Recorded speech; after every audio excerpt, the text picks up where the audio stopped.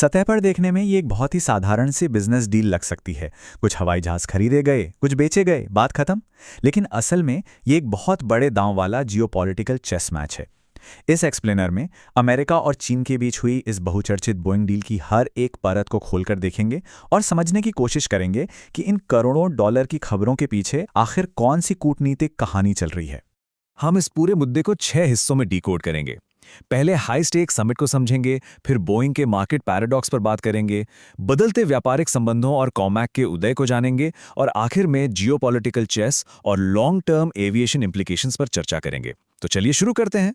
सबसे पहले बात करते हैं इस हाई स्टेक समिट की और इसके पीछे छुपे हुए नंबर्स की। इस पूरे एनालिसिस को एक ठोस आधार देने के लिए डोनाल्ड ट्रंप के इन सटीक शब्दों पर गौर करना बहुत जरूरी है। उन्होंने बिल्कुल साफ तौर पर कहा कि बोइंग के लिए 200 विमानों की डील हुई है, साथ ही 750 और विमानों का एक वादा भी है। और हाँ, इंजन का काम जनरल इलेक्ट्रिक को मिला है। इन शब्दों से साफ पता चलता है कि अमेरिकी नेतृत्व इसे कितनी बड़ी कूटनीतिक और आर्थिक उपलब्धि मान रहा था। लेकिन कहानी में ट्विस्ट यहीं से शुरू होता है। कंफर्म और अनुमानित हिस्सों के बीच का अंतर बहुत बड़ा है।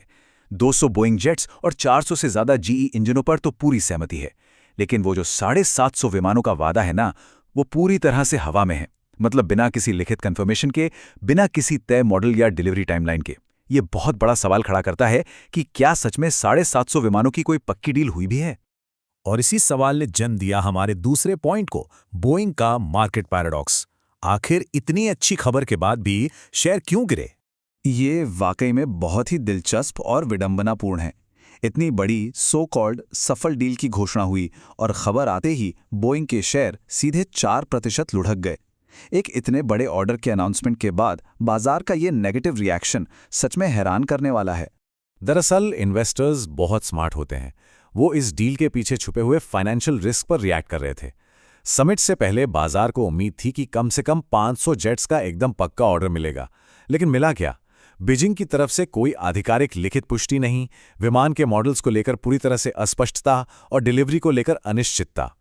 शेयर बाजार को अनिश्चितता से सख्त नफरत है और इसी बिना स्ट्रक्चर वाली डील ने इन्वेस्टर्स का भरोसा तोड़ दिया।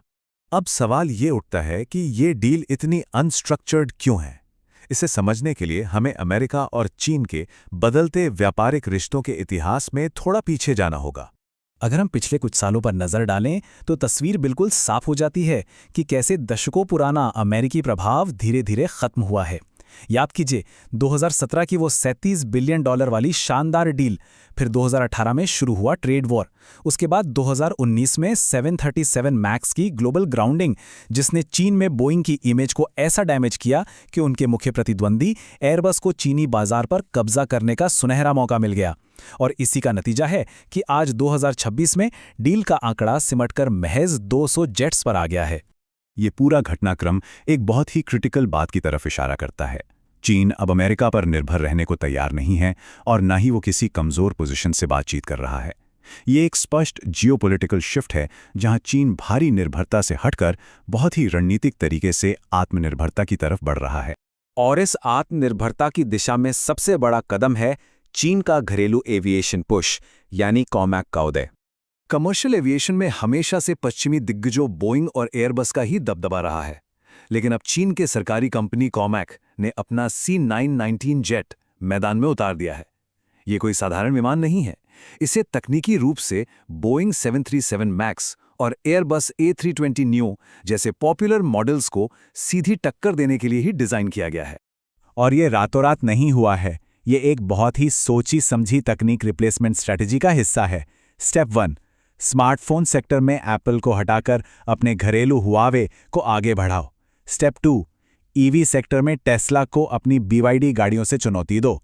और अब स्टेप 3, बोइंग का मुकाबला अपने कॉमैक जेट से करो। धीरे धीरे हर अहम सेक्टर में अमेरिका पर निर्भरता कम की जा रही है। लेकिन रुकिए, पिक्चर अभी बाकी है। कॉमैक के लिए सब कुछ इतना आसान भी नहीं है। उन्हें अभी भी बहुत बड़ी लॉजिस्टिक और तकनीकी रुकावटों का सामना करना पड़ रहा है। सबसे बड़ी बात, उन्हें उन्नत जी इंजन्स के लिए पश्चिमी देशों पर ही निर्भर रहना पड़ता है। इंजीनियरिंग के मसले, ग्लोबल सर्टिफिकेशन में दिक्कतें और विमान बनाने की धीमी स्पीड उनके बड़े टारगेट्स के आड़े आ रही है। और सच तो यह है कि अपनी तत्काल घरेलू डिमांड को पूरा करने के लिए ही चीन को आज 200 बोइंग विमान आखिरकार खरीदने ही पड़े हैं। अब आते हैं इस पूरी कहानी के सबसे इंटरेस्टिंग हिस्से पर, जियोपॉलिटिकल चेस और लीवरेज, जहां व्यापार एक कूटनीतिक हथियार बन चुका है। जब हम ट्रेड लीवरेज की बात करते हैं तो इसका सीधा सा मतलब है बड़ी बिजनेस डील्स का इस्तेमाल कूटनीति में करना। यह बात सिर्फ कुछ हवाई जहाज खरीदने या बेचने की नहीं है। दोनों देश इस कमर्शियल अग्रीमेंट का इस्तेमाल एक दूसरे पर दबाव बनाने, अपने नेशनल इंटरेस्ट्स को साधने और बड़ी जियोपॉलिटिकल बातचीत में रियायतें हासिल करने के लिए कर रहे हैं। आखिर ये समिट किसी खाली कमरे में तो हुआ नहीं था। पूरी दुनिया में जो कुछ चल रहा है उसका इस पर सीधा असर है। चाहे वो ताइवान का संकट हो, जिसे आक्रामकता और संप्रभुता के लिए लीवरेज के तौर पर इस्तेमाल किया जाता है, या ईरान युद्ध का तनाव जो ऊर्जा सुरक्षा की बातचीत को उलझा देता है, और ग्लोबल टेक वॉर तो है ही जो सेमीकंडक्टर प्रतिस्पर्धा को चरम पर ले जा रहा है। इन सब भारी तनावों के बीच ये बोइंग डील बस एक रणनीतिक मोलभाव का मोहरा बनकर रह गई है। तो इन सब चीजों का लॉन्ग टर्म एविएशन और ग्लोबल सप्लाई चेन पर क्या असर पड़ने वाला है? ये आंकड़े वाकई होश उड़ाने वाले हैं। चीन का एविएशन मार्केट इतनी रफ्तार से बढ़ रहा है कि अनुमान है 2045 तक उन्हें 9000 नए विमानों की जरूरत पड़ेगी। जरा सोचिए, ये विशाल मांग चीन को दुनिया का सबसे महत्वपूर्ण एविएशन मार्केट बनाती है। इस बाजार से हाथ धोने का मतलब है किसी भी ग्लोबल मैन्युफैक्चरर के लिए एक बहुत बड़ा आर्थिक नुकसान।